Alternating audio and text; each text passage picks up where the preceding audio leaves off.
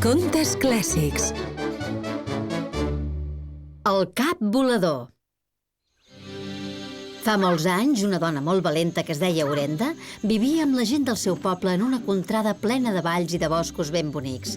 La terra era rica i això els permetia sembrar-hi moltes coses, o sigui que haurien d'haver tingut menjar de sobres. Però en una muntanya propera hi havia una cova molt fonda i quan el sol es ponia en sortia un monstre terrorífic. Aquesta bèstia era el cap volador, un cap gegant amb ulls de foc i uns ullals immensos, però sense cos. De cada banda del cap li sortien unes ales enormes que li permetien abatre's quan caçava. I caçava molt sovint perquè el cap volador sempre tenia gana. Feia uns rugits tan forts que feien tremolar els arbres i els tipis. L'Orenda havia vist com els guerrers més valents havien atacat el cap volador. Li llançaven fletxes i llances, però tenia una pell tan gruixuda i endurida que les fletxes hi rebotaven. Un dia l'Orenda va ajudar la gent del poble a cosir totes les xarxes de pescar per fer-ne una de prou gran per poder atrapar el monstre. La gent es va amagar als arbres i van esperar. Quan el cap volador volava baix per sobre les tendes, ensumant i buscant-hi alguna cosa per menjar, es va sentir el senyal. Ara! Els vilatans van llançar la xarxa sobre el monstre, però el cap volador va tornar a enlairar-se cap al cel i va estripar la xarxa amb els ullals. Els vilatans miraven d'amagar el menjar entre les roques dels rierols o a sota les piles de llenya, però el cap volador sempre el trobava i se'l cruspia tot. Ben aviat els vilatans van començar a passar gana. Desesperats, van decidir oferir a la bèstia tot el menjar que tenien. Esperaven que si s'atipava els deixaria en pau.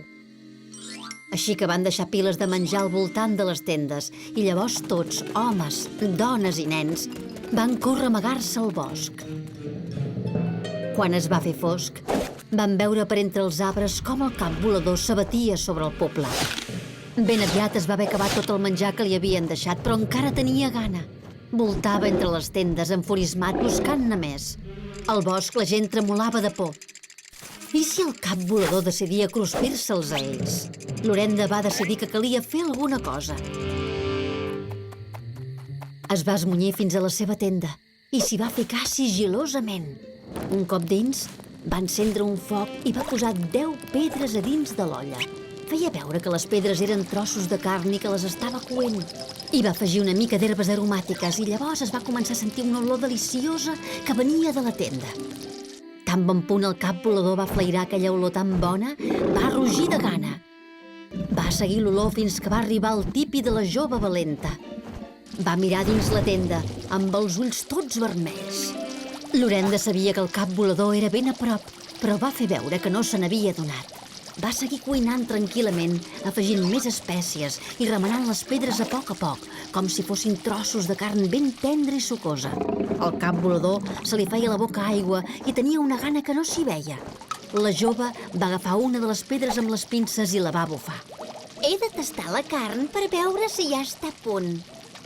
Es va apropar la pedra a la boca i va fer veure que se la menjava, però en realitat la va deixar caure a la flassada que tenia terra al costat seu. Em penso que aquesta carn és la més deliciosa que he cuinat mai. El cap volador s'ho mirava tot per la porta de la tenda i embogia de gana. Quan la jove es va apropar una altra pedra a la boca, la bèstia insaciable va fer volar la tenda. La jove es va apartar ràpidament del foc. Els ulls del monstre van brillar de desig en veure les pedres i aleshores va obrir la immensa boca, s'hi va ficar les pedres calentes i se les va empassar senceres. El cap volador va notar de seguida una sensació horrible i va deixar anar un crit espantós. Llavors va fugir esperitat de la tenda i del poblat. Els crits de dolor del monstre se sentien per tota la contrada i tota la terra es va estremir amb aquells brams. A partir d'aquell dia, ningú més va tornar a veure el monstre.